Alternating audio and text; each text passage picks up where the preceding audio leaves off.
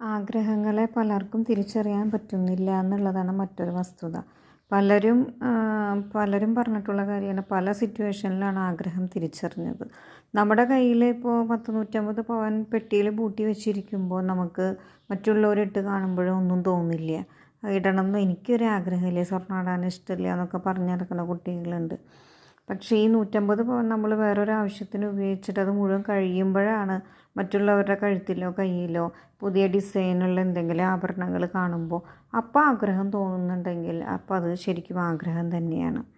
അല്ലെങ്കിൽ നമ്മുടെ കയ്യിലില്ലാത്ത സമയത്ത് മറ്റൊരാളുടെ കയ്യിൽ ആ ഒരു കാര്യം നല്ലൊരു രീതിയിൽ പ്രസൻറ്റബിളായിട്ട് അവർ ഉപയോഗിക്കുന്നുണ്ടെങ്കിൽ അത് കിട്ടിയാൽ കൊള്ളായിരുന്നോ എന്ന് തോന്നുന്നുണ്ടെങ്കിൽ അപ്പോൾ നമുക്കത് ആഗ്രഹമുണ്ട്, നമ്മുടെ ആഗ്രഹങ്ങൾ കഴിഞ്ഞിട്ടില്ല എന്നർത്ഥം. ആഗ്രഹം കഴിഞ്ഞിട്ടില്ലെങ്കിൽ അതിനർത്ഥം എന്താ, നമ്മളത് ഉപയോഗിച്ചിട്ട് ആഗ്രഹം തീർക്കണം എന്ന് തന്നെയാണ് അതിൻ്റെ അർത്ഥം.